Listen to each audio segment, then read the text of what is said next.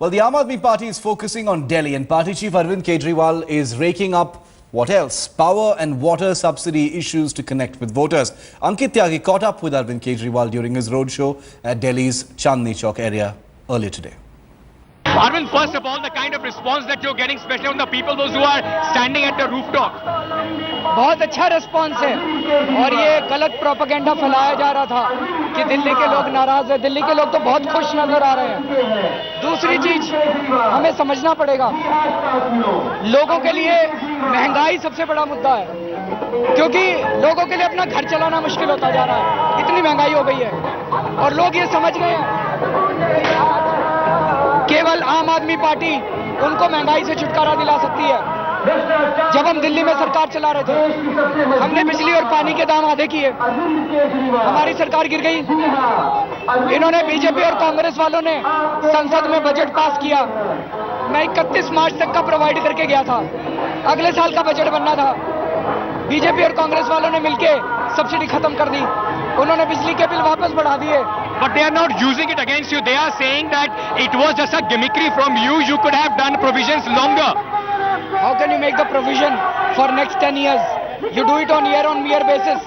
तो हमने 31 मार्च तक का किया था, अगले साल का करना था, तब तक सरकार गिर गई। इन्होंने किया, इन्होंने क्यों नहीं किया?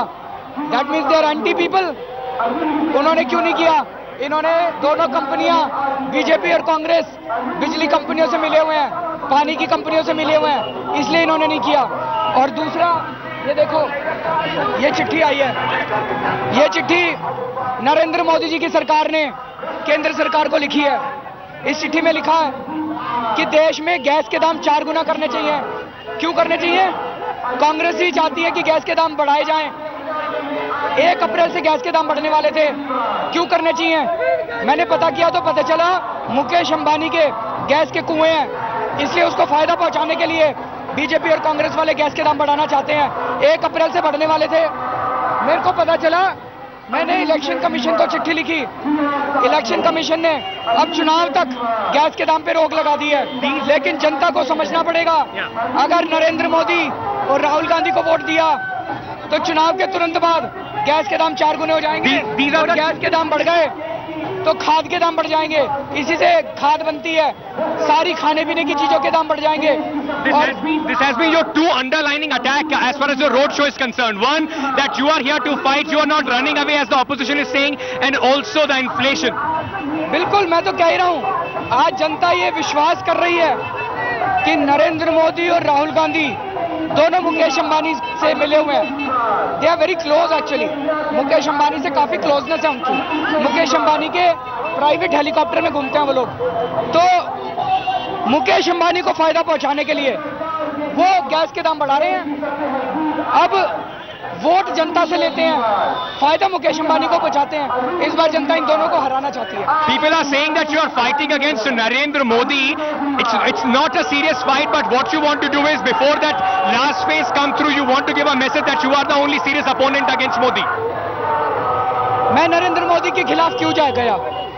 देश की जनता को महंगाई से बचाने के लिए गया हूं कि नरेंद्र मोदी जी को अगर नहीं हराओगे तो इतनी महंगाई हो जाएगी कि घर चलाना मुश्किल हो जाएगा। इसी तरह से राहुल गांधी को हराने गए हैं कुमार विश्वास, इन दोनों को इस बार हराना बहुत जरूरी है। Meenakshi Lekhi will, Smriti Irani, would now be fighting against Kumar Vishwas and Rahul Gandhi. Do you see now the fight on the most crucial battles being tough for you now? No, I don't think so. The fight is stayed between Kumar Vishwas and Smriti Irani.